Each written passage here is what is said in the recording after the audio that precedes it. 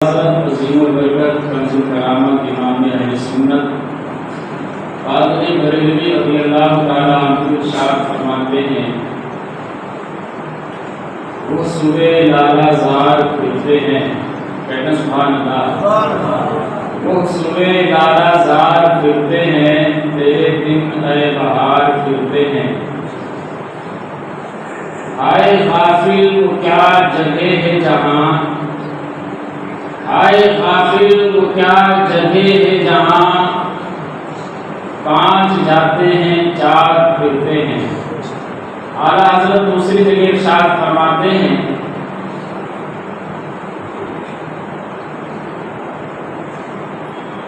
کہ عرش حق ہے مسند رفعت رسول اللہ کی، دیکھ لی ہے حشر میں عزت رسول اللہ کی، قبر میں لہرائیں گے تا حشر چشمے نور کے، جلوہ فرما ہوگی جب طلعت رسول اللہ کی۔ عزیزان گرامی قدر، آئیے ہم اور آپ اپنی اور ساری کائنات کے مرکز عقیدت حضور احمد مصطفیٰ محمد مصطفیٰ صلی اللہ علیہ وسلم کی بارگاہ میں عقیدت و احترام کے ساتھ درود شریف پڑھیں۔ اللہم صلی علی سیدنا سیدنا مولانا محمد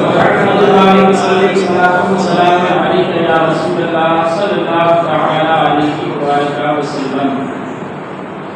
ہم اور آپ یہاں جمع ہوئے ہیں احسان ثواب کے لیے۔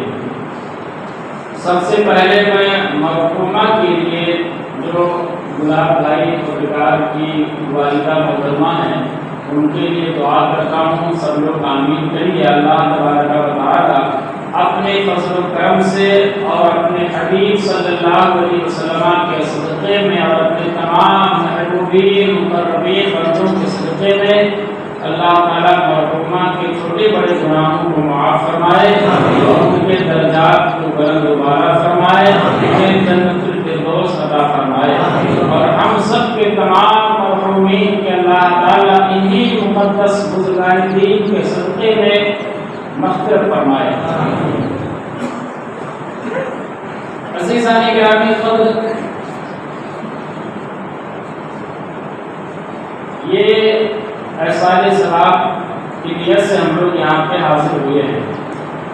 کچھ نصیحت کی باتیں، لمبی چوڑی گفتگو نہیں، صرف مختصر تھوڑے سے وقت میں جامع گفتگو جو نصیحت والی گفتگو ہے میں آپ کے حوالے سماعت پیش کرنے کی کوشش کروں گا۔ امید ہے کہ آپ لوگ اس پر عمل کرنے کی بھی کوشش کریں گے۔ یہ پہلی بات ہے احسان ثواب۔ احسان کا معنی ہوتا ہے پہنچانا اور ثواب کا معنی ہوتا ہے نیک بدلہ۔ گویا کہ یہ مجلس جو ہے یہ نیک بدلہ پہنچانے کی ہے، نیک بدلہ پہنچانے کے لیے ہم لوگ جمع ہوئے ہیں۔ کوئی بھی چیز ہو، آدمی جب اس کو پہنچاتا ہے، کسی بھی چیز کو آدمی جب پہنچاتا ہے تو اس کے لیے تین چیزوں کا ہونا ضروری ہے۔ ایک تو پہنچانے والا ہونا ضروری ہے، دوسری چیز جس کو پہنچا رہا ہے وہ چیز ہونا ضروری ہے، اور تیسری چیز جس کے پاس پہنچا رہا ہے اس کا ہونا بھی ضروری ہے۔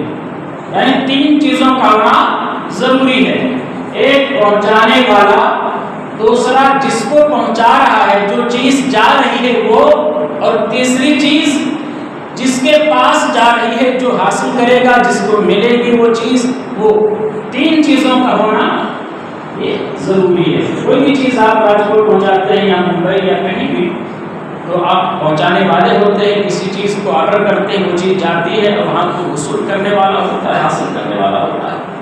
یہ بتائیے، آپ کوئی چیز پہنچائیں، وہ چیز جائے، لیکن جہاں وہ چیز جا رہی ہے وہاں پہ ایسا بندہ ہے جو بندہ اس چیز کو وصول کرنے کی صلاحیت نہیں رکھتا ہے، یعنی اس کو لینے کی، پکڑنے کی، حاصل کرنے کی وہ صلاحیت نہیں اپنے اندر رکھتا ہے، تو کیا اس چیز کو بھیجنے کا آپ کو کچھ فائدہ ہوگا، بھیجنے سے کچھ فائدہ ہوگا، سود مند ہوگا؟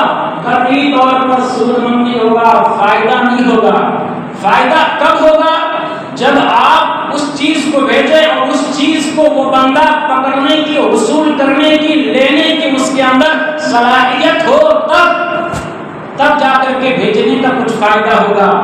بالکل ایسے ہی ایصال ثواب، جو لوگ کہتے ہیں کہ ایصال ثواب کرنا یہ جائز نہیں ہے، الحمدللہ وہ لوگ ایصال ثواب کہتے ہیں کہ نہیں کرنا جائز ہے، الحمدللہ ہم اور آپ کرتے ہیں۔ تو یہ کرتے ہیں اس معمول سے ہم نے ثابت کر دیا کہ چونکہ ہمارے اندر پہنچانے کی صلاحیت ہے اور وصول کرنے کی صلاحیت بھی ہے، تو اسی لیے ہم اور آپ ایصال ثواب کرتے ہیں۔ اور وہ صلاحیت ہے کیا؟